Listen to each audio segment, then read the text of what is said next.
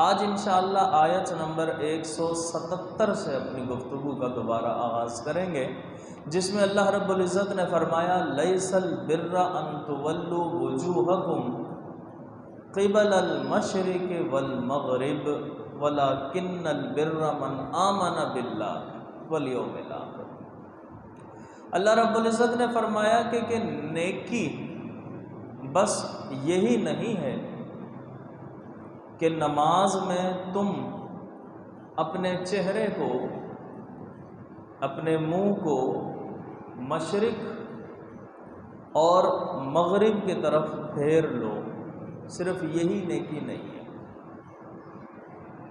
وَلَكِنَّ الْبِرَّ مَنْ آمَنَ بِاللَّهِ وَالْيَوْمِ الْآخِرِ، فرمایا لیکن نیکی تو وہ ہے کہ جو اللہ پر ایمان لے کر آئے اور قیامت کے دن پر ایمان لے کر آئے، وہ نیکی ہے۔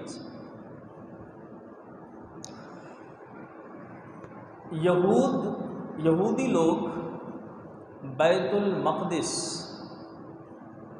المقدس کے مغربی حصہ جو تھا اس کی طرف منہ کر کے نماز پڑھا کرتے تھے، عبادت کرتے تھے، وہ ان کا قبلہ تھا۔ نصارہ، عیسائی، یہ بیت المقدس کے مشرقی حصے کی طرف منہ کر کے نماز پڑھا کرتے تھے، عبادت کرتے تھے، وہ انہوں نے اپنا قبلہ بنا رکھا تھا۔ اور ہر ایک کا یہ گمان تھا، یہ ان کی اپنی ایک سوچ تھی ہر کسی کی، کہ اس طرف منہ کر کے نماز پڑھ لینا یا عبادت کر لینا بس یہی کافی ہے ہمارے لیے، اور کسی نیکی کی ضرورت نہیں ہے۔ بس ہم نے وہاں منہ کر کے نماز پڑھ لیا، وہاں منہ کر کے نماز پڑھ لیا، بس یہی کافی ہے ہمارے لیے بہت زیادہ، اور کوئی نیکی جو ہے نا وہ اس کی کوئی ضرورت نہیں ہے۔ اللہ رب العزت نے ان کی اس سوچ کو ختم کرنے کے لیے اور غلط بتانے کے لیے اللہ نے اس آیت کو نازل فرمایا، اور اللہ نے فرمایا کہ بر جو ہے، نیکی جو ہے، اس کو محدود نہ کرو تم۔ انہوں نے بس محدود کر دیا اس نیکی کو نا، کہ بھئی مشرق کی طرف یا مغرب کی طرف پڑھ لو، بس یہی نیکی ہے، باقی کوئی نیکی کی ضرورت نہیں۔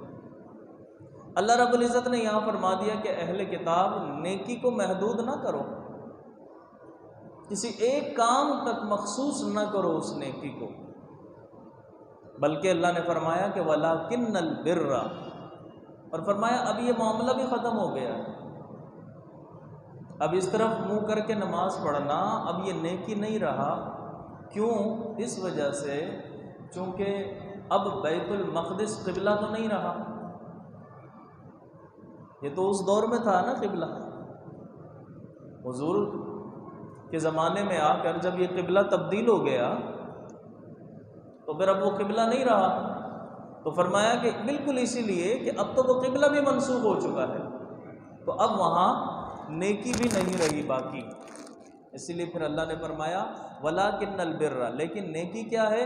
من آمن باللہ، نیکی تو وہ ہے کہ جو اللہ پر ایمان لے کر آئے بندہ، وہ نیک ہے۔ اللہ پر ایمان لے کر آئے کیا مطلب؟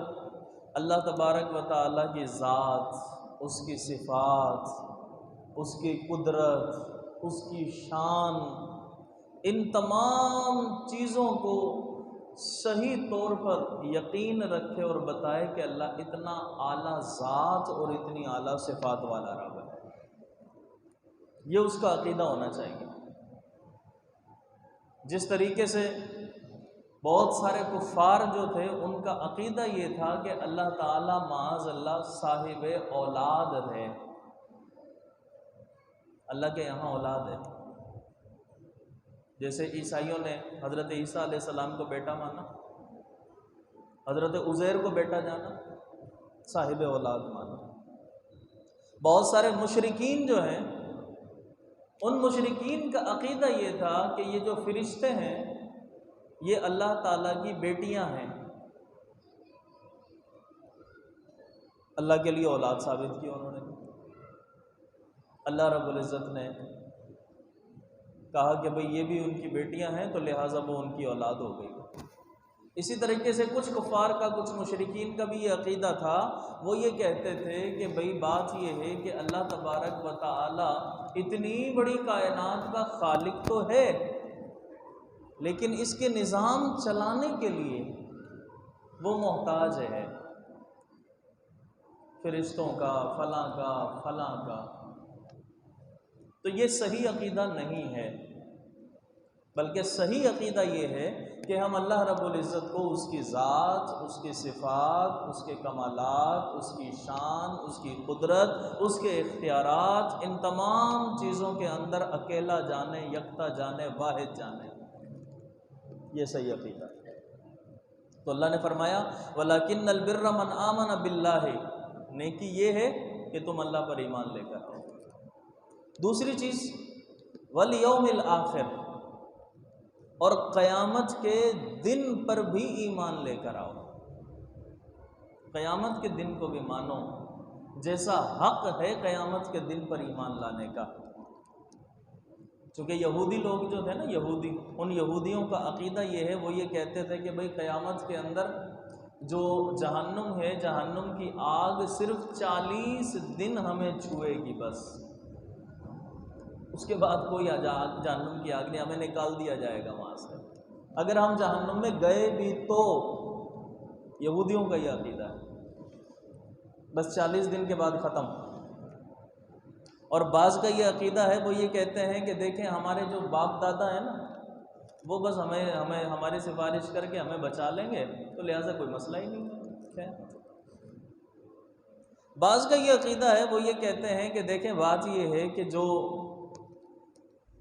جنت ہے، جنت صرف اور صرف قوم یہود کے لیے ہے، اس کے علاوہ اور کوئی قوم جنت میں داخل نہیں ہوتی۔ یعنی انہوں نے محدود کر دیا قیامت کے دن کو، جبکہ اللہ نے فرمایا نہیں، ایسا نہیں ہے۔ والیوم الآخر، قیامت کے دن پر بھی ایمان لے کر آؤ، اور ویسا ایمان ہونا چاہیے کہ جو حق ہے اس کا۔